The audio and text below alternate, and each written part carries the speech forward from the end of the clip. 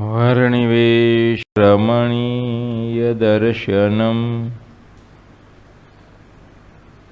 मन्दहास्यरुचिराननाम्बुजम् पूजितं सुरनरोत्तमैर्मुदा धर्मनन्दनमहं विचिन्तये। स्वामीनारायण हरे हरे। श्री हरि चरित्रामृत सागर पूर 12 तरंग 60। भगवान श्री हरिए જેતલપુર में बहु मोटो विष्णु याग आदर्यो छे।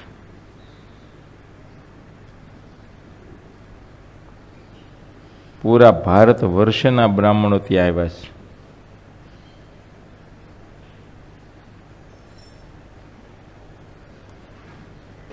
भगवान श्री हरि ब्राह्मणों ने जेटलू जोईए एटलू सीधुं।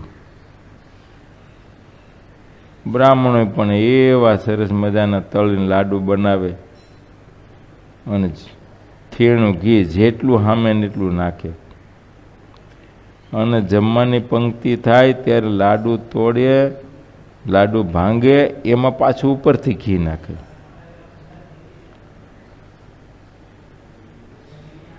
ब्राह्मणों बहु खुश थई गया, बहु राजी थई गया। राजी थईने माहोमाई वातो करे छे।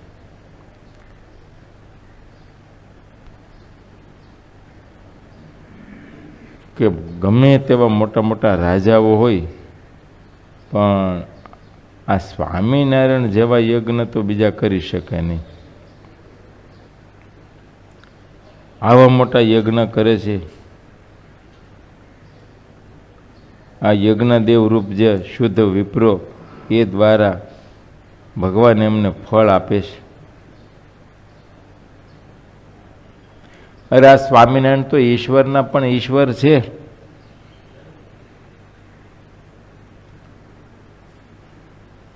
एमनी मोटाई आगळ तो ब्रह्माय शुं कई गणतरी में ज नथी। खरेखर भगवान छे।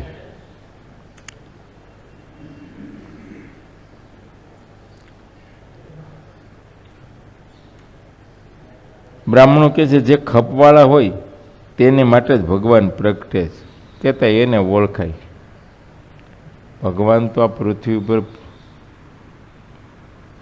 अनंत आत्माओना कल्याणार्थे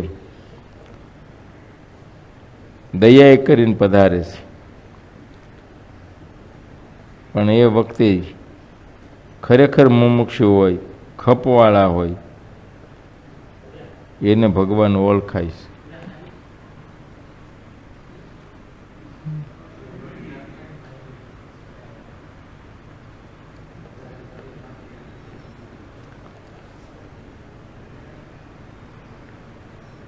नारद सुखदेव सनकादिकना जेवा संतो अत्यारे प्रगट्या छे।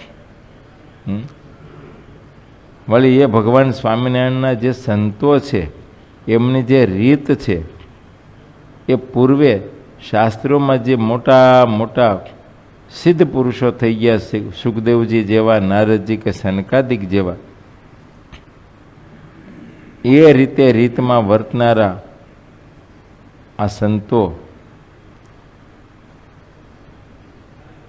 આવા હળાહળ કળયુગમાં પણ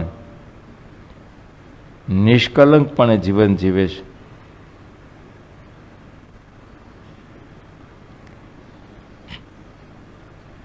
અરે એમ કહી શકાય કે આ પૂર્વે જે નારદ સનકાદિક કે સુખજી થઈ ગયા એના કરતાંય પણ અધિક ધર્મવાળા છે। કેમ કે નારદ સનકાદિક જે થઈ ગયા એ વખતે તો સતયુગ હતા, તો એ યુગમાં તો સેજે રહેવાય એવું હતું અને અત્યારે તો આ કળયુગ જાવ અધર્મએ માજા મૂકી દીધી છે। એમાં રહીને શુદ્ધ ધર્મ પાળે છે, કે જેને કોઈ દિવસ ક્યારેય ધન સ્ત્રી સંબંધી ભૂંડો ઘાટ નથી ઉઠતો. માટે એ તો અધિક ધર્મવાળા છે. પણ જેને ખપ નથી તેને ક્યારેય ઓળખાશે નહીં. આમ છે વાણિયાભાઈ, ખપ ન હોય એટલે ઓળખાય નહીં. આમ થયું.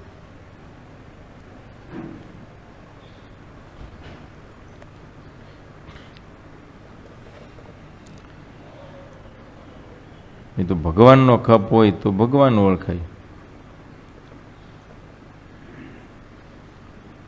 જે અવતારોના સમયમાં ભક્ત થયા હતા તે ભક્તોને ખપ વગરના લોકોએ તે વખતે પણ ઓળખા ન હતા. પૂર્વે પણ જ્યારે જ્યારે આ પૃથ્વી પર ભગવાનના ભક્તો અવતર્યા છે ત્યારે જ એમને પણ જેટલા ખપવાળા હતા ને એ જ ઓળખા, બાકી કોઈ ઓળખા નથી. બોલ.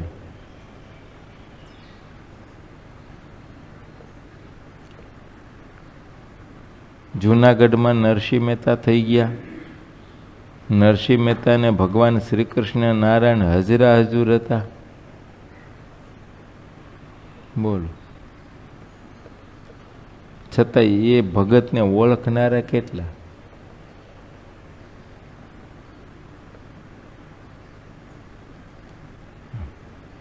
નરસિંહ મહેતાને એના બાપનું શ્રાદ્ધ કરવું હતું.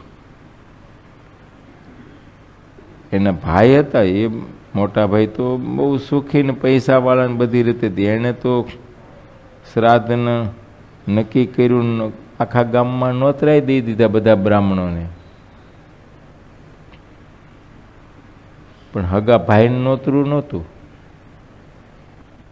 વાતે ન કરી કે બાપનું શ્રાદ્ધ છે, તમે આવજો, સાથે મળીને કરીએ. બાપ તો બેયના ને.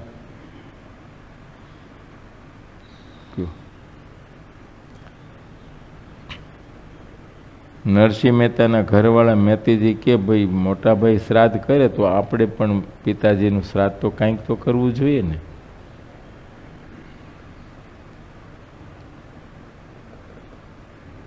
વધારે પડતા નહીં પણ એકાદ બ્રાહ્મણ તો જમાડીએ. ઘરમાં કાંઈ નહીં, એને એમ થયું હાલો ને થોડુંક ઓછી વધારું કરીને કે ઘી લઈ આવું.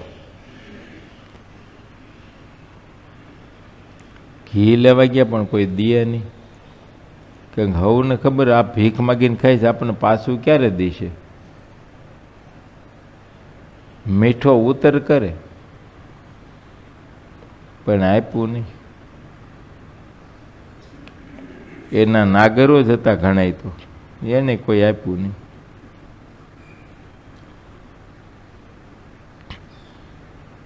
એક વૈષ્ણવ ભગત હતા દુકાનદાર, એમની દુકાને ગયા. મેં જ્યાં પગથિયું ચડાતા તો ઓલો ભગત દુકાનદાર તો હરખાઈ ગયો. હો મહેતાજી આવો આવો, પધારો પધારો, આજ તમારા પગલાં અમારે ક્યાંથી? ધન ઘડી ધન ભાગ અમારા. બેહો બેહો. પધારવાનું કારણ પૂછ્યું તો કે પિતાજીનું શ્રાદ્ધ છે એટલે ઘી માટે આવ્યો છું. ઓહો, એમાં શું વાંધો, લઈ જાઓ, કાંઈ વાંધો નહીં, તમારા પિતા અમારા પિતા. પણ આવ્યા છો તો એક બે ભજન સંભળાવો. લો, તપેલી મૂકી પડતી, ઘી લેવા નીકળ્યા તો હાથમાં તપેલી લઈ અને લીધી કડતાલો. એ કડતાલ લઈને જ ભગવાનની મૂર્તિને ધારીને જે ગાવા માંડ્યા, એ ગાવા માંડ્યા ને ઓલા સાંભળવા બેસી ગયો. આમને ભાન ભૂલાઈ ગયું ને ઓલાની ભાન ભૂલાઈ ગયું. બોલ, આ રોંઢો થયો. અહીં તો એ રોંઢો થઈ ગયો એને ખબર જ નથી. પછી જ્યાં થોડા ભાનમાં આવે ને તે ખબર પડી, ઓહો આ તો બપોર નમી ગયા. એટલે લાવો લાવો ઘી આપો જલ્દી, હું જાઉં. ને બ્રાહ્મણો, એક બ્રાહ્મણને નોતરું દીધું છે, બિચારા ભૂખ્યા છે.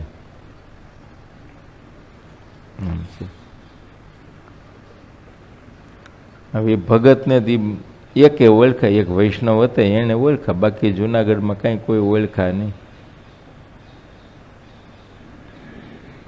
એમ છે. ભગત તો ભગવાન તુલ્ય હતા, ભગવાનના તદાત્મકપણાને પામેલા હતા. એટલે એમ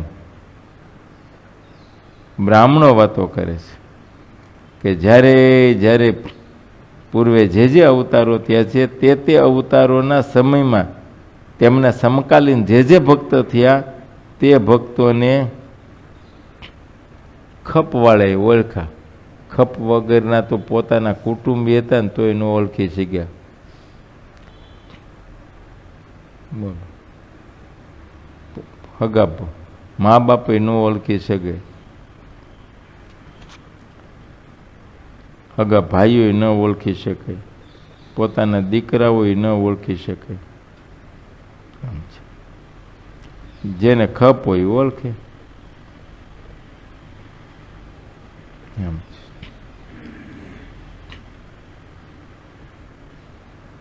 ગોલીડા ગામમાં રાણા રાજગર થઈ ગયા. જમતગડા કહેવાય. એક કોળીની ડોશીએ દેહ મૂક્યો ને તે જમ તેડવા આવેલા. અને આ ચાર ભાઈઓ બરાબર હવારમાં પૂજાપાઠ કરી, શિરામણ કરી અને ખેતર જતા અને જમ હામાં મળ્યા અને તરત પૂછ્યું, એ ક્યાં જાવ છો? કે ડોશી દેહ મૂકીને લેવા. પાછા વળો, આ ગામમાં નહીં જવાનું. જમ કે તારું ઘર સંભાળ ને, આખા ગામનું કરવાનું, આખા ગામનું વારું નહીં થાય. એટલે કે પાછા વળો. આ ગામ સ્વામિનારાયણ ભગવાનનું પ્રસાદીનું, ભગવાને પધારેલા છે, અહીં તમારું તેડું ન હોય, તમારા પગલાં નહીં. એટલે કે પણ ડોશી હવે એ તો પાપણી હતી, કેટલી હિંસાઓ કરીશ. દેવીને બાને કેટલાય ઘેટાને, બકરાને, બોકડાને, કુકડાને માર્યા છે. તો કે જે હોય તે પણ અહીં નહીં.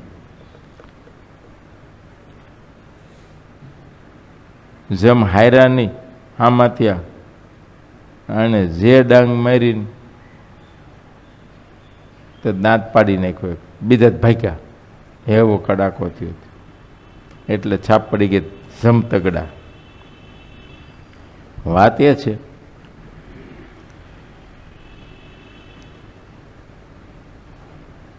ચાર ભાઈઓ હતા, એમાંથી બે સાધુ થયેલા.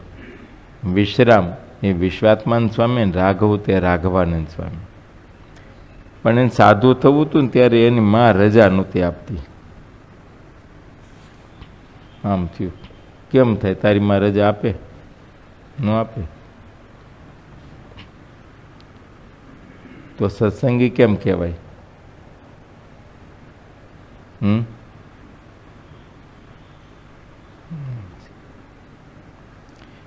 ત્યારે મોટો દીકરો રાણાએ કીધેલું, માં રજા દે ને, તારી સેવા હું કરીશ.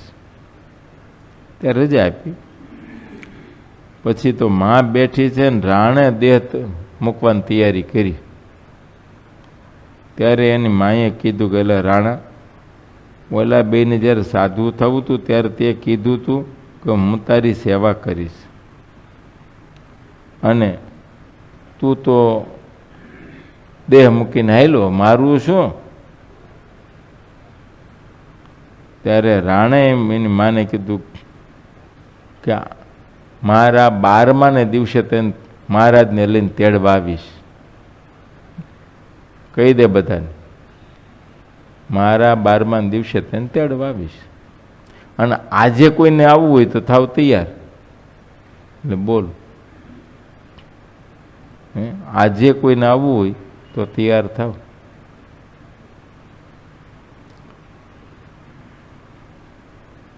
રાણાને વિશે નક્કર વિશ્વાસ એના ભત્રીજાને, એને ભત્રીજો હતો એક, એને નક્કર વિશ્વાસ. એ કે મારે આવું જ કાકા, બેઠ થા તૈયાર. એ તરત હામો બેહી ગયો, ચોખ્ખો કરી પદ્માસન વાળી જ્યાં હામો બેઠો, રાણે દેહ મૂક્યો ને ભત્રીજાએ દેહ મૂક્યો. કાકા ભત્રીજા બે હારે ધામમાં.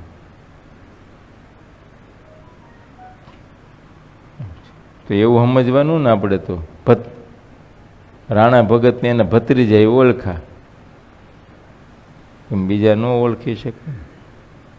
બાકી તો આમ તો વાત કરી તો હવને મનમાં તો એવું છે ધામમાં જવું છે, પણ હમણાં નહીં. એ ઓલા ભાભાને 95 વર્ષ થયા પણ હમણાં કીધું ધામમાં જવું જ આજે, તો કે હમણાં નહીં. આમ છે. છોકરાને પરણાવતા જાય ને, પરણાવી દીધા ને પછી એમ કહીને હવે તો પરણાવી દીધા. હવે તો કે હવે બીજું તો કાંઈ નહીં, પણ હવે તો હવે જરીક છોકરાને ઘેરે મોઢું જોતો જાવું ને, ઘડીક રમાડતો જાઉં ને, એમ એટલે રમાડવાની બાબત આવે. રમાડી રીએ કે હવે તો રમાડ્યા ઘણાય, હવે તો મનમાં એમ છે એક વખત એની જાન જોડી દઉં, એમ જાય નહીં. એટલે જ્યારે ભગવાનના ભક્તો આ પૃથ્વી પર હયાત હોય ત્યારે ખપવાળા ઓળખે, બધા ઓળખી શકતા નથી. કેમ કે એ પણ આ લોકમાં મનુષ્યનો દેહ ધારણ કરેલો છે, માટે એમની બધી પ્રકૃતિ સામજ માનુષિક પ્રકૃતિ હોય. એ માનુષિક પ્રકૃતિ જોઈને ઘણી વખત ભાવ અભાવ આવી જાય, એમ ઘડીક ગુણ આવે, ઘડીક અવગુણ પણ આવે. આમ છે.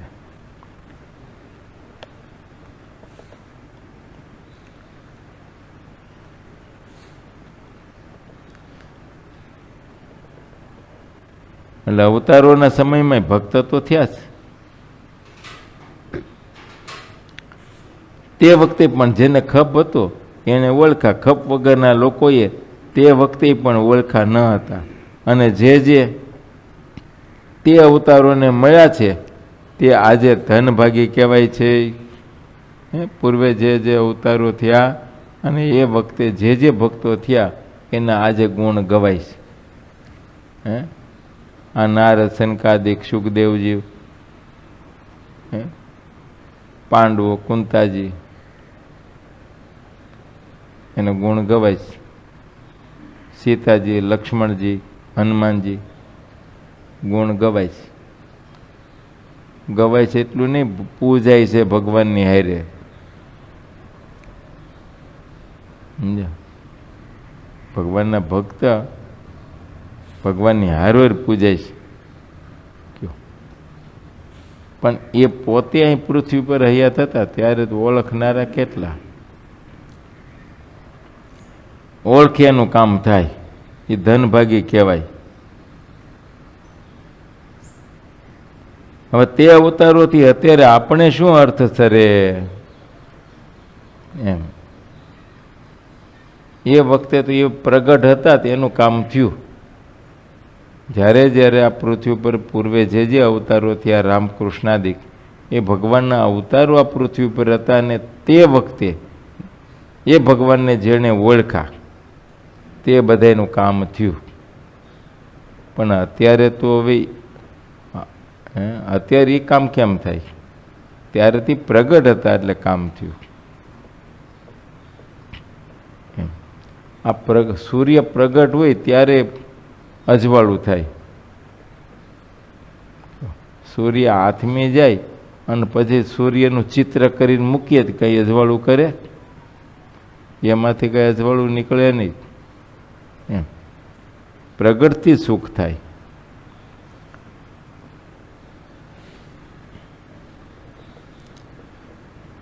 માટે જે અવતારો પરોક્ષ થઈ ગયા એનાથી આપણો શું અર્થ સરે? આમ બ્રાહ્મણો માહોમાઈ વાતો કરે છે એવું વિચારીને કોઈ લોકો જોતાય નથી. એમ પરોક્ષ ભાવે ભગવાનને હવે ભજે છે પણ કોઈ વિચારીને જોતા નથી. વિદ્વાન કે અવિદ્વાન ખપ વિનાના હોય તો તે બંને સરખા જ કહેવાય. ગમે એવા મોટા વિદ્વાન હોય પણ જો એને ખપ ન હોય તો એ પણ અભણમાં જ ગણાઈ જાય, ભલે ને ભણેલા.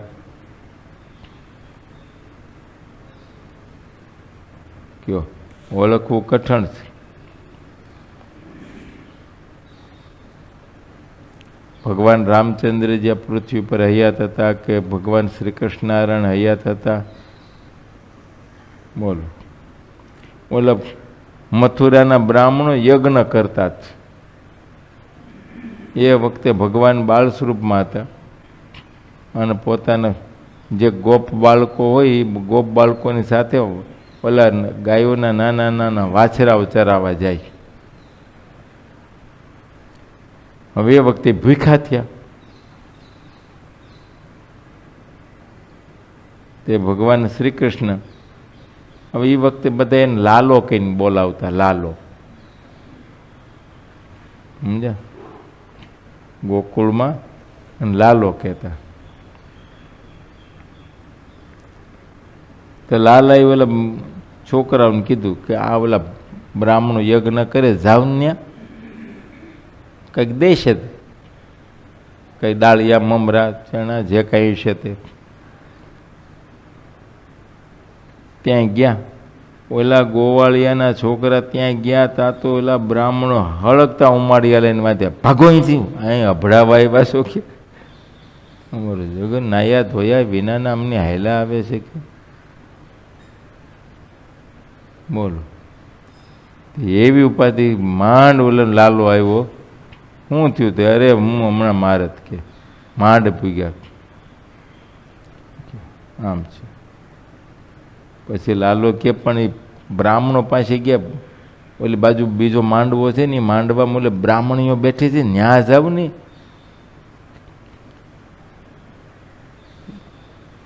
એ દે, આ ન દે.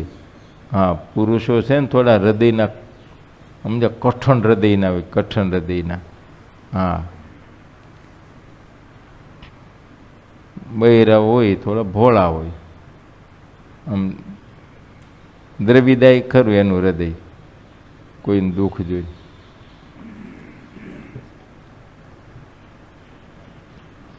એને તો આડોશ પાડોશમાં કોકને ઘરે મરણ થયું હોય ને તોય રડવા માંડે. અને પુરુષને તો ઘરમાં મરણ થયું હોય તો એને રોવું ન આવે, કઠણ હૃદય બહુ હોય.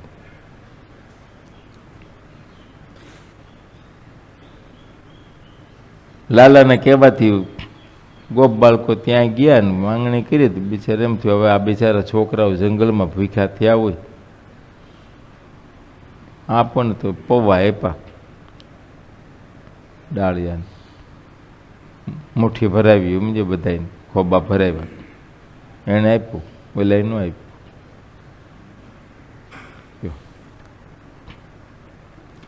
હવે બ્રાહ્મણો વિદ્વાન હતા, ભગવાન પ્રગટ હતા, પણ એ ન ઓળખી શક્યા.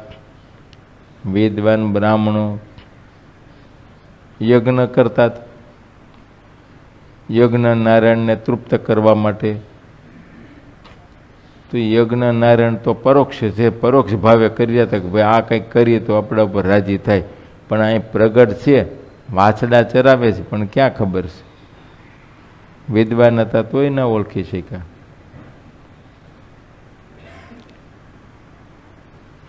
સમજ્યા?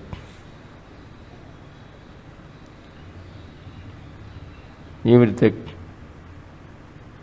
રામા અવતારમાં ઓલું ખેવટ ઓળખી શીખો.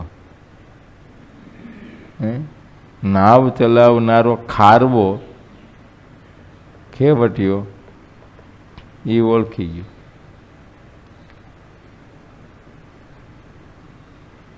એટલે તો ભજનમાં લખ્યું, અભણ કેવું યાદ રાખે, ઓલા ભણેલ ભૂલી જાય, પગ મને ધોવા દ્યો અને રઘુરાય.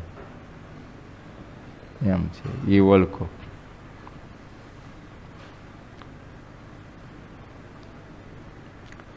એટલે વિદ્વાન હોય કે અવિદ્વાન હોય, ભગવાનને ભજવા એમાં તો એક જ વાત છે, ખપ હોય એ ભજી શકે, એ ઓળખી શકે ભગવાનને, કે ભગવાનના ભક્ત અને ભગવાનના સત્પુરુષોને એ જ ઓળખે. બાકી જેને ખપ નથી એ ક્યારેય ઓળખી શકે નહીં. એ તો ભૂલા પડી જાય તો ગાંઠના, ખપ ના હોય એટલે. એ વાનર મનુષ્ય જાતિ નથી.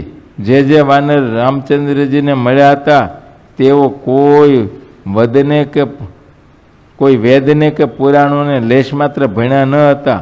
એ આજના જેવા વાનર છે તેવા તે પણ હતા, છતાં એને ઓળખા અને ભગવાનની સેવામાં લાગી ગયા. બોલો, ભગવાનને લંકામાં જવું હતું તો ઓલા સમુદ્ર પર પાજ બાંધવી હતી, બોલો સેતુ બાંધવો હતો, લાગી ગયા, લઈને નાખવા માંડ્યા પથરા, સેતુ બાંધી દીધો. હે સ્વામી કે આજના વાંદરા જેવા જ વાંદરા હતા આકારમાં, લખણમાં નહીં.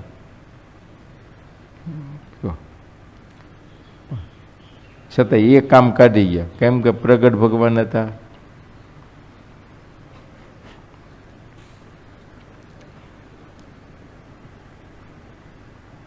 પરંતુ તે વાંદરાઓએ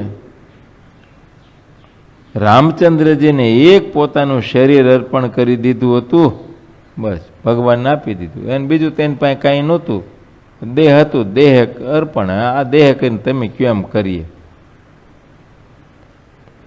નાખો પથરા, નાખવા માંડ્યા પથરા. એમાં કાંઈ જોયું જ નહીં, ભૂખ તરસ તાઈટ તડકો આ તે કરવું લે કરવું, બસ આખો દેહ ભગવાનને કૃષ્ણ અર્પણ કરી દીધો. બોલો, અને આપણે તો દેહને પાકલ ગુમડાની જેમ પાળીને રાખીએ, પંપોળી.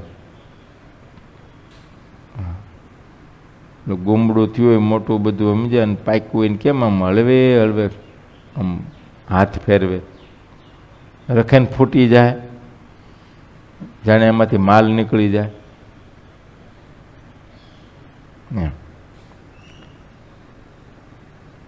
એમાં દેહને તો એવો પંપોળીને રાખી, ક્યાંય ભગવાનની સેવામાં વાંકો ન વળવા દઈ, ઊની આંચ ન આવવા દઈ. અને કાંઈ એવું હોય સેવાનું તો આપણે આવડે ને, છટકી જતા, બાનું કાઢતા.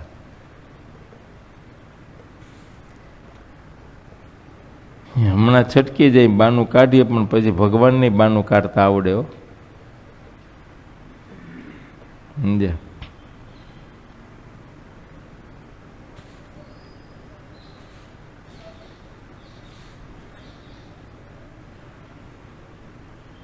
હા, એ બહુ કઠણ છે બાનું કાઢવું.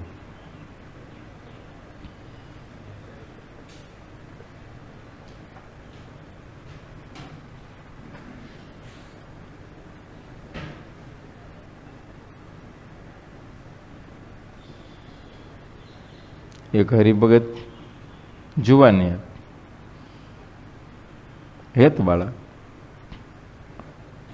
ખૂબ સેવાઓ કરે. તે એક મોટા હરિભગત, હીરાના ધંધામાં બહુ મોટા હરિભગત. હવે એને હેત હતું તો અવારનવાર આવ્યા કરે. આ નાનો હરિભગત પણ અહીં સેવા કરતો હોય ને, સેવા જોઈને બહુ રાજી થાય. એને હેત થયું સેવા જોઈને. મને વાત કરી, મને કે એને મોકલો ને, મારે ત્યાં હું શીખડાવું કામકાજ. ત્યાં મોકલો, એને કામકાજ એને શીખો ને, કામકાજ શીખો તો હરિભગતને વિશ્વાસ હોય ને, વિશ્વાસ મૂકીને એને થોડુંક જવાબદારી મોટી સોંપી દીધી. સમજ્યા? જ્વેલરી આઈટમ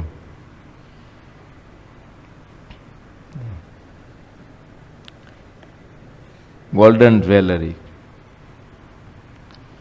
થોડી મોટી પોસ્ટ થઈ ગઈ ને તો પછી હવે એને આલું સેવામાં ના ન પાડી કે બાના કાઢે, માથું દુખે છે, થાકી ગયો છે, આમ થયું. તે પછી ઓલી પોસ્ટ તો જતી રહી, હજી થાક નથી ઉતરતો, સમજો, હજી થાક ઉતરતો નથી, આમ થયું.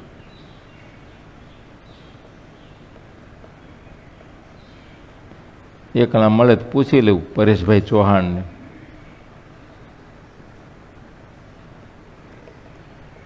પણ હવે શું સમજાય ખરું, પણ પસ્તાવાનું રે, સમય ગયો. લો, આ જીવતો ને જાતતો દાખલો આપણો આઈનો જ મૂર્તિમાન અત્યારે છે. અત્યારે નથી આવ્યો, ક્યાંક દવા અવાર આવે જ, ક્યારેક ક્યારેક આવી જાય છે. હમણાં આવ્યા હોત તો કેવર આવત એની પાસે જ.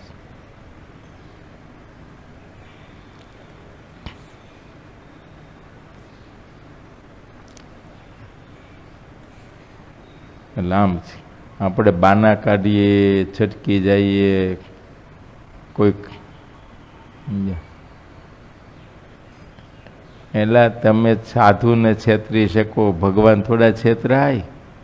કોઈ ભગવાનના ભગતને તમે છેતરી શકો, પણ ભગવાન થોડા છેતરાય.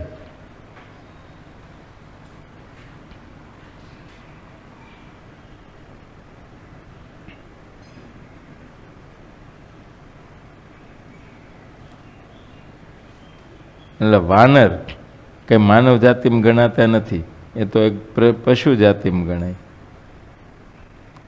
છતાંય ભગવાન રામચંદ્રજીને મળ્યા એમ.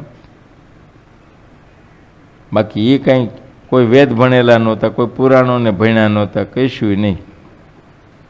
પણ ભગવાનને પોતાનું શરીર અર્પણ કરી દીધું, કહેતા દેહે કરીને ભગવાનની સેવામાં આવી ગયા, કામ લાગી ગયું એમ છે. તેનાથી તેઓ ઘણા ચતુરને રાજાથી પણ શ્રેષ્ઠ કહેવાયા. કયો એ બીજી બાજુ રાવણના જેવો કોઈ વિપ્ર કહેવાય નહીં.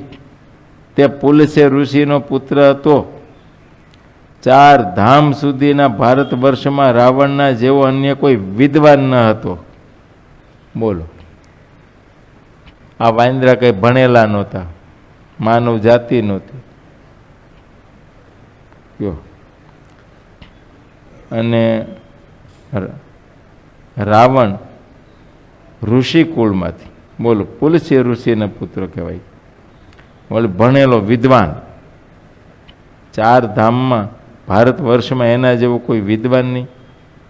બોલો, અરે ખુદ ભગવાન રામચંદ્રજી, એણે જાણે લંકામાં જવું હતું એ વખતે એણે સૌ પ્રથમ શિવ પૂજન કર્યું અને એને સ્થાપના કરી રામેશ્વરની. તે રામેશ્વરની સ્થાપના કરવી હતી ને તેથી વિધિ કરવા પાછો એ આવ્યો. રાવણ વિધિ એણે કર્યો, પ્રતિષ્ઠા એમણે કરાવી.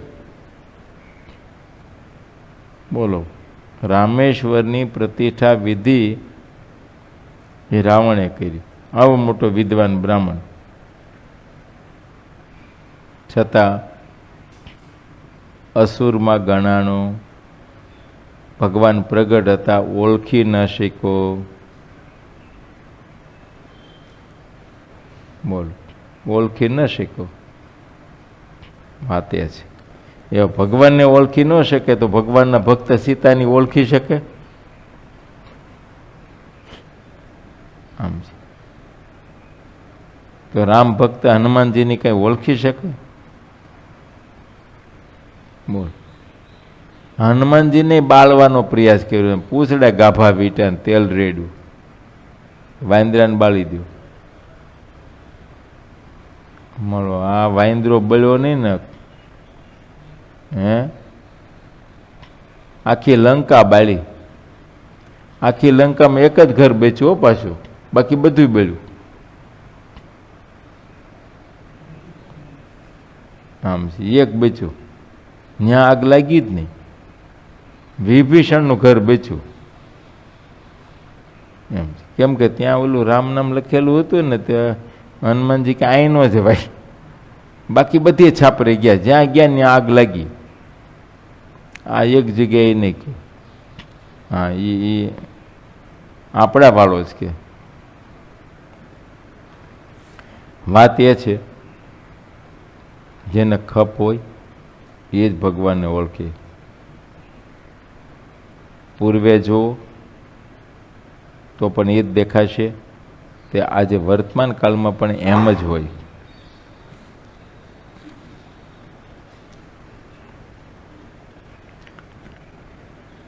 રાવણ તો એટલો બધો ભયંકર અધર્મી થયો જે કહી શકાય નહીં. અરે ભગવાન રામચંદ્રીએ તેને બળજબરીથી માર્યો. જે તે રાવણનો પક્ષ લઈ અને આવ્યા તે બધાની ગતિ પણ રાવણના જેવી થઈ હતી. રાવણના સગાભાઈ વિભીષણ હતા, તે મહાન ભક્ત હતા. બોલો,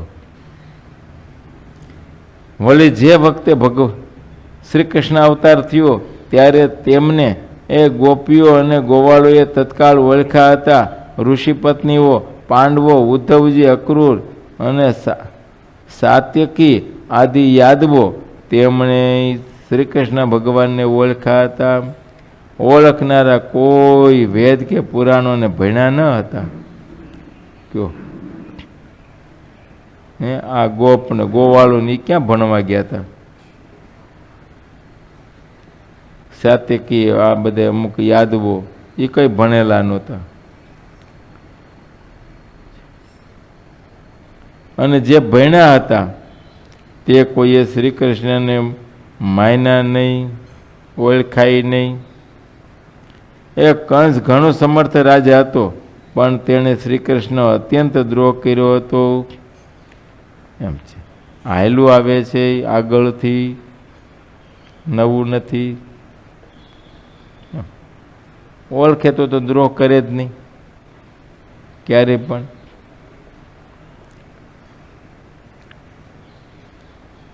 અને નક્કી ને એવો ઘડીકમાં ઓળખવા મને ને ઘડીકમાં ભૂલી પણ જાય. બોલો, આમ છે. હા, ઘડીકમાં ઓળખે, ઘડીકમાં ભૂલી જાય.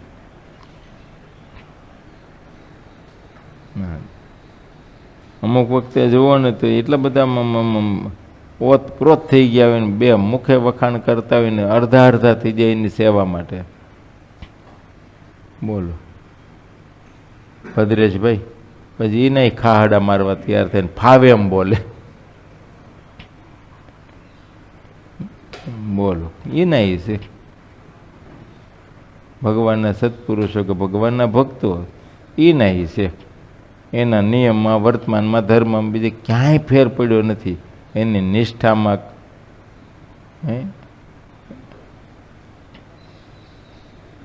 આમ છે. હવે આને ઓળખાણું કેમ કહેવાય? જેને મોક્ષનો ખપ નથી થયો અને જેને સત્સંગ નથી થયો, ત્યાં સુધી વિદ્વાન અને અવિદ્વાન તે બંને એક સમાન છે. મનુષ્ય શરીરને પામીને એ શાસ્ત્ર ભણવા, તીર્થ અને વ્રત વગેરે વિવિધ પ્રકારના સાધન કરવા, તેનું ફળ તથા બુદ્ધિનું ફળ એ ભાવે સહિત સત્સંગ કરવો એ જ છે. બસ, શાસ્ત્ર ભણવાનું ફળ કે તીર્થયાત્રાનું ફળ કે આ લોકમાં વ્રતો કરીએ, તપ કરીએ, અનંત પ્રકારની યોગ સાધનાઓ કરીએ, કે ગમે એટલી બુદ્ધિ ચાતુર્યતા હોય, આ બધાનું ફળ અંતે તો એટલું જ, સત્સંગ કરવો. કહેતા સત્સંગને ઓળખવો. સમજાણું? સત સંગને ઓળખવો. આમ બે શબ્દ ભેગા, સત શબ્દ છે અને સંગ શબ્દ છે. હા, એ સત એવા ભગવાન, સત એવા પુરુષો, સત એવા શાસ્ત્રો અને સત એવો જે પોતાનો આત્મા, આનો જે સંગ કરવો એને સત્સંગ કહેવાય. કયો બધાયનું ફળ આ છે, પણ ઘણી વખત એ ઓળખાતું નથી. અને આ લોકમાં કંઈક ભણ્યા હોય કે વાકચાતુર્ય હોય ને લડાવીને બોલતા આવડતું હોય ને લોકો તાળીઓ વગાડતા હોય ને ચાહના બહુ વધી ગઈ હોય તો પોતે એવું માની લે કે અમે કંઈક મોટા છીએ. સમજ્યા?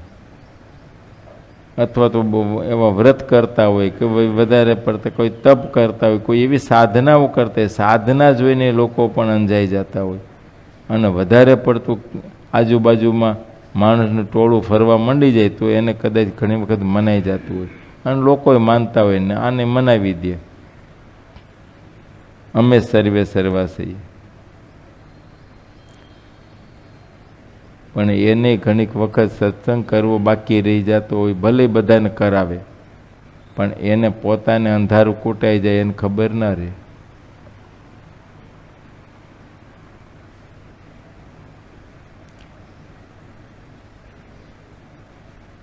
પણ હજારો લાખોની સંખ્યામાં માણસો એને માનવા પૂજવા માંડે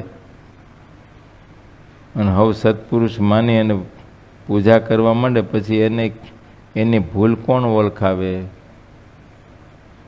ભૂલો હોય તો એને ભૂલ ન કહેવાય એમ છે. પછી તો ભૂલ પ્રગટે ત્યારે હવને ખબર પડે અને જ્યારે હવને એ ભૂલ પ્રગટ થાય, વિસ્ફોટ થાય ને ત્યારે જે પૂછતા હતા ને એ જ પાછા પાણા મારવા માંડે. બોલો તો પછી પૂછતા ત્યારે હું સમજીને પૂછતા હતા? ખરેખર અંતરથી ઓળખાતા કે મહિમાના અતિરેકમાં હતા?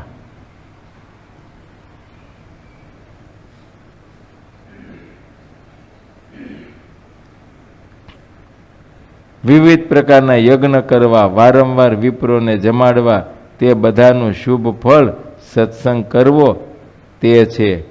એમ સત્સંગ કરવો તે છે. કહેતા ભગવાનના સત્પુરુષોને ઓળખીને એનો સમાગમ કરવો એનું ફળ કહેવાય.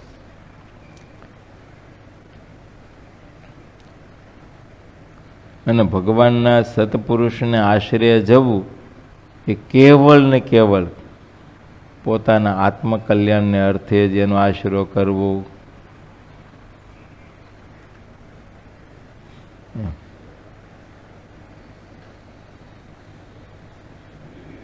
તો સત્સંગ થાય. પણ જો એમાં કાંઈક દેહ સુખનો કંઈક ઈચ્છાઓ રહી જતી હોય, કંઈ મનોકામનાઓ રહી જતી હોય તો એ પણ પામી શકાય અને પ્રાપ્તિ પણ થાય, પણ સત્સંગમાં ખામી એટલી કહેવાય.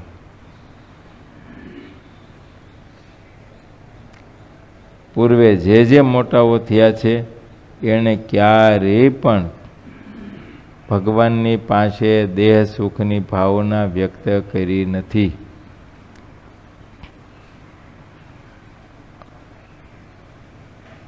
પેલા પ્રહલાદજીએ તો ક્યારેય પ્રાર્થના નહોતી કરી કે અસુર થકી મારી રક્ષા કરો,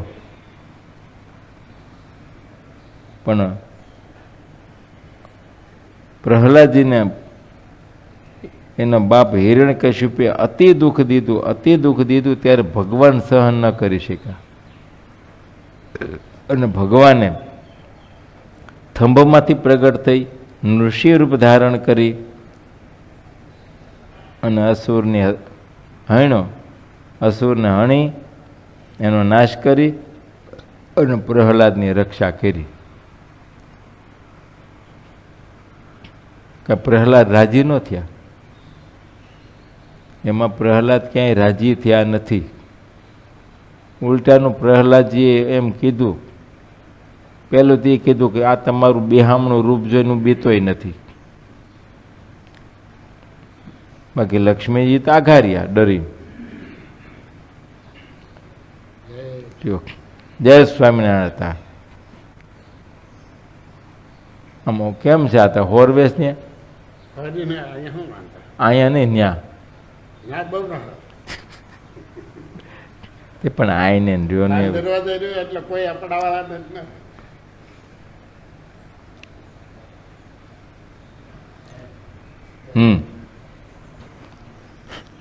પ્રહલાદજી ભગવાનને કહે પ્રભુ તમે આ મારી જે અસુર થકી રક્ષા કરીને એનો હું રક્ષાય માનતો નથી.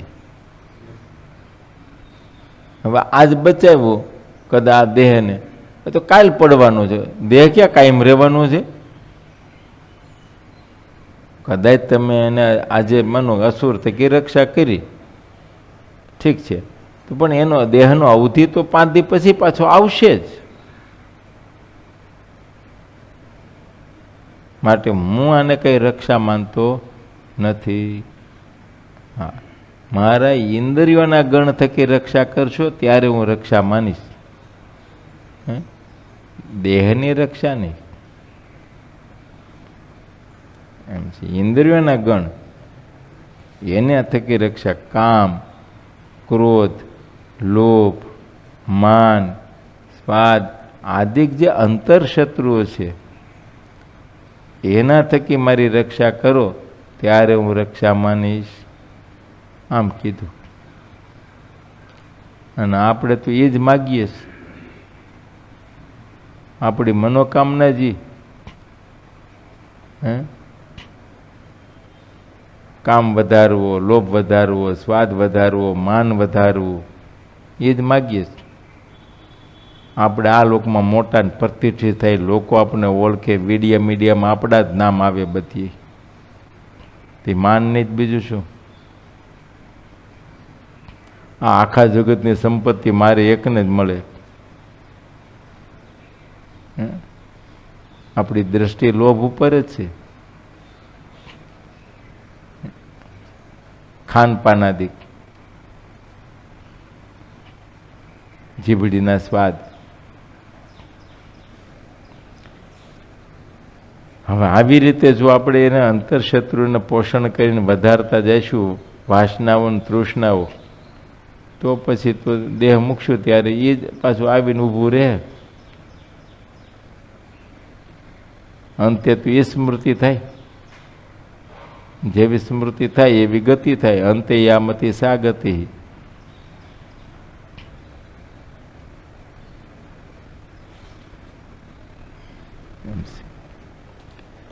માટે પ્રહલાદજી જેવા જે પૂર્વે ભક્ત થયા છે એ બધાના આખ્યાનો વાંચવા, સાંભળવા ને એમાંથી પ્રેરણા લેવી જોઈએ.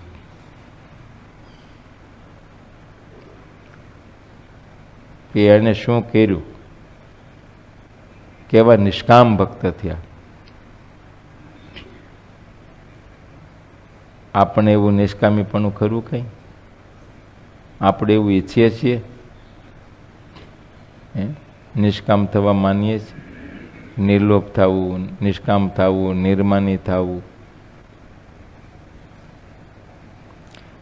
અને જેથી તેથી કર્યા વિના છૂટકો નથી. 1 જન્મે, 2 જન્મે, 5 જન્મે, 100 જન્મે, 1000 જન્મે, લાખ જન્મે, કરોડ જન્મે પણ જેથી એ કરશું તેથી જ ભગવાનને પામશું. છૂટકો તેથી થાય. નહીં તો જન્મ મરણ તો રહ્યા જ. ભાભો થાય ને ભાભામાંથી દેહ મૂકીને પાછો કોકને ઘેરે જન્મીને બાબો થાય. બાબો થાય ને બાબામાંથી જુવાન થાય ને વળી ન કરવાના બધા લખણ ઝળકાવે ને એક બધું કરતાં કરતાં પાછો ભાભો થાય. અને જેવી લખણ વાસના હોય દેહ મૂકે તો વાસનાઓ તો દેહ મૂકે જ. જેવી વાસનાઓ તો મરે ને એવો જ પાછો જન્મે. એ જન્મીને પાછું એનું જ કરે. કયો આ ચક્કરમાં ફર્યા જ કરવું કે નીકળવું છે? દુઃખનો પાર નહીં. લખ 84, યમપુરી, ગર્ભવાસ, અને દેહ ધર્યા પછી શું? દેહ ધરીને જ્યાં સુધી મરણ ન આવે ત્યાં સુધી વચ્ચેના ગાળામાં કેટલા બધા દુઃખ. એક નાનું છોકરું હોય તો એ હાવ નાનું છોકરું એ દુઃખી થતું હોય, કાંઈ નહીં, હાવ નાનું હોય, કોઈ પપ્પુડાવાળાને પાડે કે મારે પપ્પુડું લેવું છે, આ કે નથી લેવું. હવે એનો બાપો ઝટકે મારીને આખું કાઢે એટલે ઓલો બીજો અંતરથી દુખાય. દુઃખ તો છે જ. જો હવે નાનું એવું છોકરું હજી તો સમજાય નર્સરીમાં ભણતું હોય, કેજી. હવે ત્યાંથી એને લેશન આપ્યું હોય ને અહીં ઘરે આવ્યો ભૂલી ગયું રમવામાં નામાં તેમાં. બીજે દિવસે સવારે જાય એની યુનિફોર્મ પહેરાવે ને ત્યાં એને ખબર પડે અને કહીજો કરે મારે નથી ભણવા જવું, નથી ભણવા જવું. શું કામ? લેશન જ કર્યું, સિસ્ટર ધકશે, વધશે, મારશે. એ દુઃખી થયું. આમ છે. એથી મોટો થાય એટલે પછી મનની અનંત પ્રકારની ઈચ્છાઓ ને કામનાઓ. નાનેભાઈ ભદ્રેશ એમ કે મારે બાઇક લેવું છે. હા, ક્યાંય પૈસા હોવા જોઈએ ને બાઇક લેવું છે. અરે પણ મારે લેવું છે. અરે પણ નથી હવે. હે આમ છે. પછી બહુ રાડ્યું પણ આમ તેમ થયું. પછી એમ કરતાં કરતાં ઓછી ઉધારું કરીને ક્યાંકથી જૂનું એમ કહીને છોકરાને રાજી રાખવાનું. લ્યો હવે ન મળે તો દુઃખી થાય. દુઃખના કંઈ પાર છે? આપણે અનંત પ્રકારની મનોકામના કે ઠરાવ આપણા જેવું એ પ્રમાણે ન થાય એટલે દુઃખી. તો ક્યાં પૂરા થાય?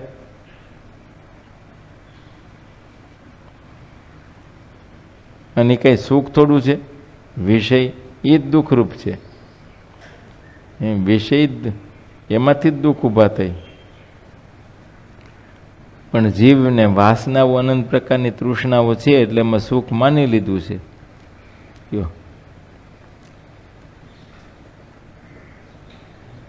માટે આ લોકમાં કંઈ બહુ વધારે મોટા ભણીને મોટી ડિગ્રીઓ લઈને વિદ્વાન થઈ ગયા ને પંડિત કહેવાના કે મોટા વ્રતો કરીએ, તીર્થો કરીએ, તીર્થ બંધાવીએ કે કંઈક મોટી સાધનાઓ કરી, યોગ સાધનાઓ કરીએ. આ બધાનું અંતે ફળ તો સત્સંગ કરવો, ભગવાનના સત્પુરુષોનો સમાગમ કરીને પોતાના જીવને શુદ્ધ કરવો, વાસના રહિત કરવો, એને શુદ્ધ કર્યો કહેવાય. કે અંતરમાં કોઈ ભગવાન વિનાનો બીજો સંકલ્પ જ ના ઉઠે. આમ છું કેમ કરશું? અને હજી તો કેટલાય તરંગો ઉઠે છે. આમ કરી લઈ, આમ કરી લઈ, તેમ કરી લઈ. આ બોલો, ઓલા ભાવને જો કોઈક હમણાં વાતું કરવાવાળા કોઈક મળી જાય ને કે બીજું કાંઈ નહીં પણ તમારાથી બેઠારું તો થાય ને તો આપણે બે પાર્ટનર, હું રોકાણ કરું ને તમે થડો સંભાળજો. થડો કેમ ભાભા બેહો કે નહીં? આમ છે. થડો સંભાળવા બેસી જાય. બોલો હજી? હા.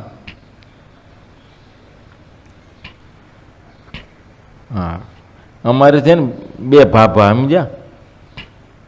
એકને ઓલો પેરનો ઝટકો આવી ગયેલો એટલે થોડુંક આમ થઈ ગયા હતા સમજ્યા. એટલે આમ સમજો ને એક ટાંગો જ નહીં, એટલે હળવો ટાંગો. આમાં પછી હાલતા તો ખરા ધીરે ધીરે. અને એકને શ્વાસ બરાબર નો ચડે એટલે એ હાલી શકે નહીં. પંપ તો ભેગો જ રાખવો પડે. ક્યારે પછી પંપ મારવો પડે નક્કી નહીં. એમ છે.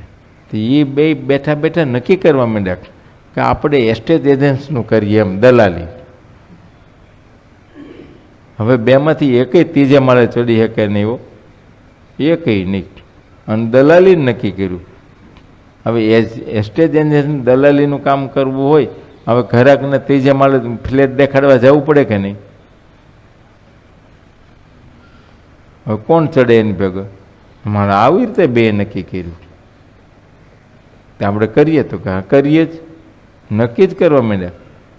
આમ કરતાં કરતાં નક્કી એટલું બધું થઈ ગયું તો કે આપણે બેસવા માટે કંઈક નાનું એવું કંઈક ગોતવું જ પડશે ને. એમ કાર્યાલય તો હોવું જોઈએ ને, કંઈક એડ્રેસ. કયો પછી મને ખબર પડી આમ છે. તે ઓલો પેરેલિસનો ઝટકો આવી ગયેલો હતો ને, એના છોકરાને મેં ફોન કર્યો. મેં કીધું ભલા એક હરિભગત છે અને તમારા ધંધાના અનુભવી છે અને આમ નિવૃત્ત છે, એને કંઈ એવું પૈસાનો લોભ નથી, પણ હવે આખો દી બેઠે બેઠે શું કરવું, આ તો થોડોક ટાઈમ પાસ થાય એના માટે ઘડીક આમ બેઠા હોય તો ઠીક. તો એને બેઠાડવું હોય એવું કંઈક ધંધો જોઈ તો તમારે જોઈ છે? અમે વિશ્વાસુ માણસ છે. એટલે કે સ્વામી તમે કહો એ તો વિશ્વાસુ જ હોય ને, કે તમે મોકલો એ તો વિશ્વાસુ જ હોય, કાંઈ વાંધો નહીં. મેં કીધું જો ભાઈ એને બહુ પૈસાનો લોભ નથી, હા તમે જે કાંઈ થોડા હાથ ખર્ચી આપશો તો ચાલશે. એને કંઈ ઘરે ભગવાનને દિયા છે છોકરાને બધી રીતે, એટલે એને કંઈ જરૂર છે નહીં. મને કંઈ કોણ છે? મેં કીધું ભાઈ એમ તો તમે ઓળખો છો, જાણીતા છે, એમ કંઈ વાંધો નહીં, વિશ્વાસવાળા છે, બહુ સારી રીતે તમે ઓળખો છો. મને કે પણ કયો ને કોણ છે? પછી એના બાપનું આખું નામ દીધું, ફલાણા ભાઈ ફલાણા અટક. મને કે એને કહેજો ત્યાં બેહી રહે. કે એને કે અમારે કારખાના હમું કોઈ દી ન જોવે. હા તો બપોરે ઘેરે ગયા ને, ઓલું કારખાનેથી બપોરે જમવા આવ્યો ને તો છોકરો દેખો એ કે તમને શું ઘટે છે? એ કહ્યું તમારે મારી પાસે કોઈ પૈસા માગવા પડ્યા છે? છોકરો ડાયો. બાપા સવારે બાથરૂમમાં નાહવા જાય ને, ખિસ્સું તપાસી દે, ખિસ્સામાં ન હોય એટલે ભાઈ ખિસ્સામાં નાખી દે 5,000 રૂપિયા. નાનભાઈ નાખે ક્યારે તમારા ખિસ્સામાં? કે માગે છે?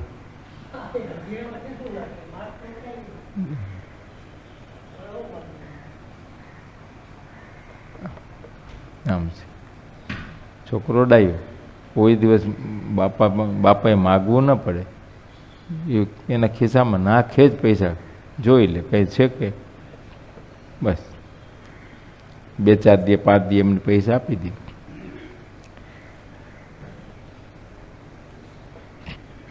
પછી ઓલા બપોર પછી આવ્યા ને, મને કીધું તમે છોકરાને ફોન કર્યો? મેં કીધું ફોન જ કરવું ને. મેં કીધું ભગવાન ભજવા, ભગવાને તમને નવરા કર્યા છે તો એ કરો ને જે કરવાનું છે, બીજું શું કામ કરું છું? આપણે ક્યાં ઘરમાં રોટલાનું ઘટે છે કરવું પડે? સુખે ભજન કરો ને. આને કહેવાય લોભ. નથી થઈ શકે એમ કાંઈ નથી તોય જુઓ. અને ભગવાને બધી રીતે સુખ્યા કર્યા છે તોય પણ અંતરમાંથી ઉછાળામાં નીકળે, અંતરમાંથી. સમજ્યા? અને લોભ કહેવાય. હવે વિચાર કરો જી, અંત સમૂહ આવે અને બરાબર ભગવાન તેડવા આવ્યા હોય અને વિમાન લઈને તેડવા આવ્યા અને ભગવાનના વિમાનમાં બેસી ગયા. અહીંયા કીધું હવને એ કાળા બાબા, હા ઓલા આજુબાજુમાં હોય ને શાંતિ નાંતિ ને બધા એને કીધું કે જો ભગવાન તેડવા આવ્યા છે, હા હારે સંતોષ છે અને હું જાઉં છું ધામમાં. બોલો. અને પછી જો વચ્ચે કાંઈક દેખાય મોટું માર્કેટ યાર્ડ અને ત્યાં બોલી થતું હોય ને ભાવ તાલની બધી, એમ થાય ઓહો એ પણ ભાવ છે ને કંઈ હમણાં ધંધો કરવા જેવું. ઉતરી જાય વિમાનમાંથી, નીકળી ગયા ત્યાં તો સંકલ્પ માત્ર કરીને નીકળી જાય. હે એલા ભાઈ હવે કોના હાટું ધંધો? શું કામ? મારે કામનું શું? આવા ભગવાન, આવો આ સત્સંગ, આવો આ જોગ, આ કથા વાર્તાઓ એ જુઓ તો ખરા, બીજે નજર તો નાખો. આ સ્વામિનારાયણ સિવાય બીજે ક્યાંય જગ્યામાં ક્યાંય સવારે ઉઠીને કથા સાંભળી?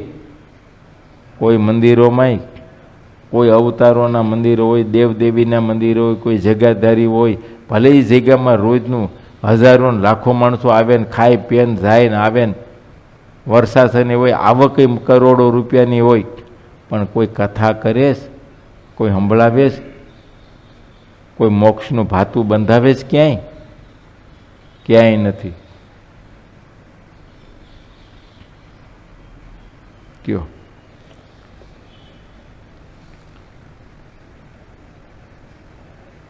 તો કથા વિના સત્સંગ ક્યાંથી થાય? કથા વિના જીવને જ્ઞાન ક્યાંથી થાય? કથા વિના જીવને ખબર જ ન પડે મારે શું કરવાનું છે અને હું કરું છું, કે શું કામ કરું છું, હવે કોના હાટું, શા માટે?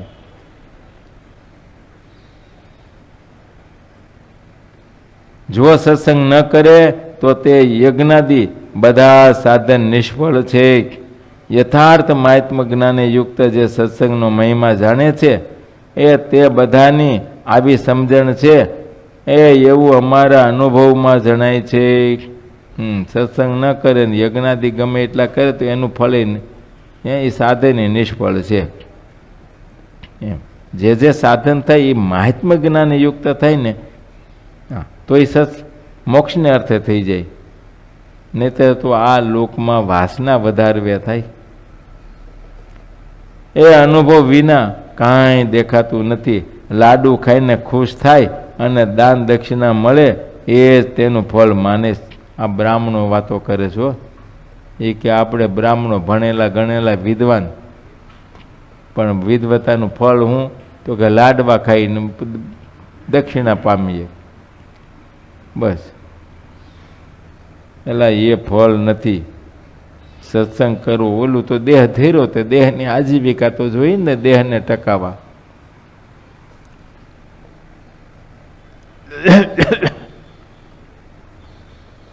ખપ વિનાની બધી વાત તો આવી છે. એ બધા વેદ અને પુરાણો વગેરેને ભણે છે, તીર્થ અને યજ્ઞ વગેરેને જે કરે છે તે બધાનું ફળ તો નારીને ધન મળે એટલું જ છે.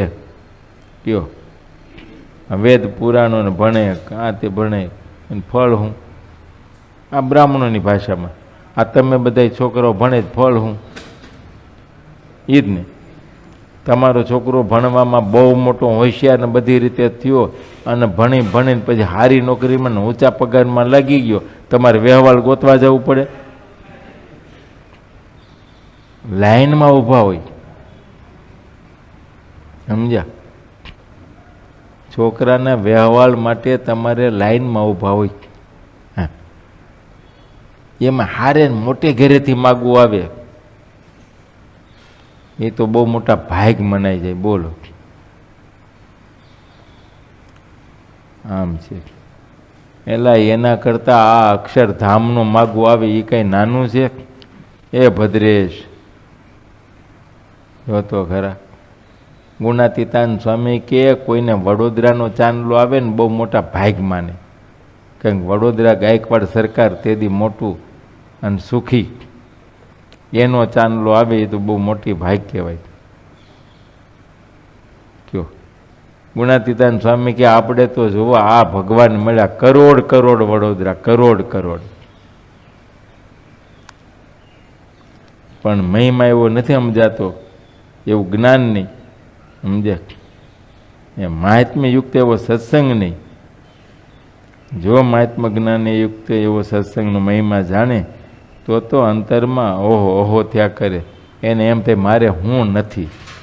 કયો એ કોઈ દી મૂંઝાય જ નહીં. અને આપણે એવું નહીં એટલે કાયમ મૂંઝવણમાં હોય.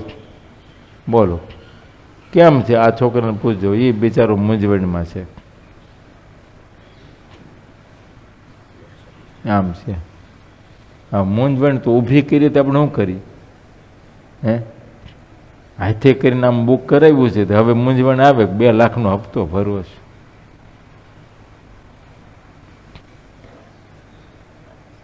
આપણે ખોતરીને ઊભું કર્યું ને, આપણે ક્યાં બહાર બેઠા છીએ? આપણે રિઝલ્ટય નથી.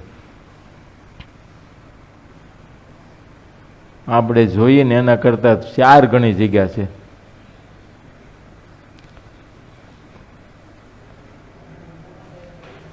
આને આમ તો બેટા લોભ જ કહેવાય.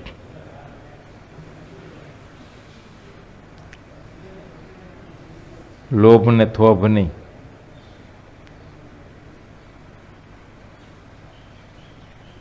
તો આ ક્યાં આઘું છે? એટલું જ થાય, એટલું જ થાય. એ તો રોડ ઉપરની દિવાલ નજીક છે, પણ ત્યાંથી પાછું એટલું જ અંદર છે. સમજ્યા?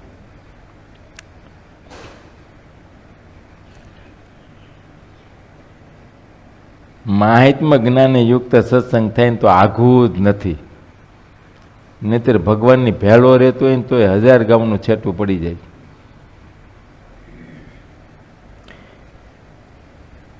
આ અનુભવ વિના આ કાંઈ દેખાતું નથી. અનુભવ ન હોય ભગવાનનો, ભગવાનના સત્પુરુષોને અનુભવ્યા ન હોય ત્યાં સુધી તો બસ આ વિષયના સુખના સત્સંગમાં રહીને પામીએ અને આનંદ કરીએ, એ જ ફળ. ખપ વિનાની બધી વાતો આવી છે. એ બધા વેદ અને પુરાણો વગેરેને ભણે છે, તીર્થ અને યજ્ઞ વગેરેને જે કરે છે તે બધાનું ફળ તો આ જગતમાં સ્ત્રીને ધન મળે એટલું જ માન્યું છે. પણ મોક્ષની ઈચ્છાવાળો તે બધી બાબતને તુચ્છ ગણે છે. ખપવાળો જેવી મોક્ષની ઈચ્છાવાળો હોય એને તુચ્છ માને. તુચ્છ મનાનું એટલે એ માર્ગે હાલતો જ નથી. સ્ત્રી અને ધન એ માર્ગે જ નથી હાલતું. એ સેજે મળે તોય ત્યાગ કરે. સેજે મળે તોય ત્યાગ કરે. કયો ઓલા વડોદરામાં નાટ ભક્ત હતા, એ બિચારા ભાવ ગરીબ, રોજે રોજનું લાવે ને રોજનું ખાય અને વેજા વણવાનો ધંધો કરતા. આમ વેજા વણવાનો ધંધો મૂળ તો વણકર લોકોનો હતો, પણ હવે આને ગરીબાઈ હતી તો એ ધંધો તે કરતા હતા. બાકી પોતે તો હતા કણબી, મૂળ કણભાના. પણ ત્યાં કયો ધંધો નહીં, ગામડામાં જ. પછી બિચારા વડોદરા આવ્યા, ગરીબ હરિભગત બહુ હારા, એકાંતિક.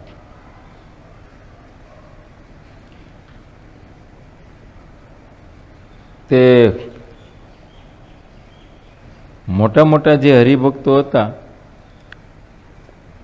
સયાજીરાવ સરકારના અમુક પ્રધાન પદે ના બધે, એના દ્વારા ધીરે ધીરે સયાજીરાવ સરકાર સુધી વાત વહી ગઈ એના આ ભગતના મહિમાની, કે આવા મોટા ભગત છે એમ. એટલે સયાજીરાવ સરકારને એમ થયું કે આવા મોટા ભગત હોય તો આપણે એની કદર કરવી જોઈએ, એનું સન્માન કરવું જોઈએ. હું રાજા છું તો મારે એને સન્માનવા જોઈએ. એક દિવસ નક્કી કર્યું, કચેરી ભરાણી, ભગતને નિમંત્રણ આપ્યું. રાજાનું નિમંત્રણ, ભગત કચેરીમાં આવ્યા. સરકારે તો રૂપિયાના 2 ત્રાસ ભરેલા તૈયાર કરી રાખેલા. ઢાંકીને અબીલ ગુલાલ આ તે બધું છાંટીને તૈયાર કરી રાખેલા. બોલો. પછી ભગત આવ્યા ત્યારે સરકાર પોતે ઊભા થઈને પોતાને હાથે આ રૂપિયા ભરેલા ત્રાસ અર્પણ કરવા માંડ્યા. તો ભગતે તો હાથ જોડ્યા, લાંબા હાથ કરવાને બદલે ભગત હાથ જોડ્યા. એ કે પણ આને હું શું કરું? બોલો, આને હું શું કરું? મારે નથી જોતા. તો કે અમે રાજી ખુશીથી આપીએ છીએ ને, પણ ઠીક છે, મારે નથી. દરબાર કે અમે તો કૃષ્ણાર્પણ કર્યા. સરકાર કે અમે કૃષ્ણાર્પણ કર્યા, હવે પાછું ન લેવાય અમારે. હવે અમે અર્પણ કર્યું એટલે હવે તમારું. ભગત કહે તો હવે એ મારું? હા, હવે તમારું જ ને. આના પર મારો અધિકાર? તો કે હવે એના પર તમારો અધિકાર, તમારે જે કરવું એ કરો, અમે આપ્યું. ભગત કહે તો સરકાર, મારી એવી ઈચ્છા છે કે તમારે હાથે આ બ્રાહ્મણોને દાનમાં આપી દો. ત્યાં ને ત્યાં બોલો, એ કચેરીમાં બ્રાહ્મણો બેઠા હતા ને એ દાનમાં અપાઈ દીધું. પોતે એમાંથી કાંઈ લાવવાનું તો ઠીક, ત્રાસને અડાય નહીં. ત્રાસને અડાય નહીં. કયો આમ છે. એને તો એક જ એમ જ હોય, મારી પાસે શું નથી, આવા ભગવાન, હવે બાકી શું રહ્યું? કયું સુખ બાકી રહ્યું? એ ભગવાનની મૂર્તિમાં કયું સુખની ખામી રહી? આ લોકના પંચ વિષય સંબંધી સુખ છે એ તો જ્યારે એ નોખા નોખા સુખ છે. એમ નોખા નોખા. તમે જમતા હોય તો સ્વાદનું સુખ આવે, એમાં રૂપનું સુખ ના આવે. કોઈ રૂપન સ્ત્રીને જોતા હોય કે કુદરતી સૌંદર્ય કંઈ જોતા હોય તો એ તમને નેત્રને ખાલી જોવાનું સુખ આવે, એમાં કંઈ ગંધનું સુખ ના આવે, કંઈ સ્વાદનું સુખ ના આવે. એક જ સુખ આવે. પછી જે વિષયને તમે ભોગવતા હોય તે પણ સુખ એક જ આવે. તે ભગવાનની મૂર્તિમાં તો એવું બહુપણું છે કે ખાલી એક ભગવાનની મૂર્તિના દર્શન કરતા હોય ને તો પંચે વિષયનું સુખ આવે છે. અને એક નિમિષ માત્ર દર્શન કર્યા હોય તો એમ લાગે કે યુગો સુધી દર્શન કર્યા હોય ને એવું બહુપણું છે. અને આ જગતમાં તો સમજ્યા, હા, તમારે 100 વર્ષની જિંદગી હોય ને 100 વર્ષ સુધી તમે એ હોનાની ચમચીએ ખાધા હોય ને સુખ ભોગવાય ને તો એ છેલ્લે મરવાટાને એમ થાય કંઈ હક ન આવ્યું. કાળા હતા કેમ લાગે કંઈ હક આવ્યો અહીંયા? દલિતનભાઈને આવ્યું કંઈ હક? ઓલા ભવન પૂછો, વાલજી ભવન પૂછો તો સુરતમાં કેમ કંઈ હક આવ્યું? ત્યાં કોઈ જોડીદાર ન મળ્યો. લ્યો બોલો શું કરું? આવડા મોટા સુરતમાં ભવન કોઈ જોડીદાર ન મળ્યો.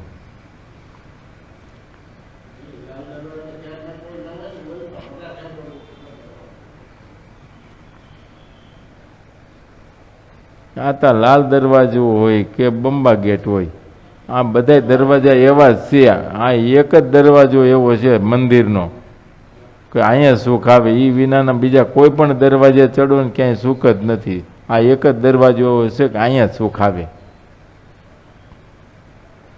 આ તો આપણે હું જો જન્મના હેવા પડી ગયા છે ને તે બીજા દરવાજે જઈને ઊભા રહી છે. અહીં અવાતું જ નથી.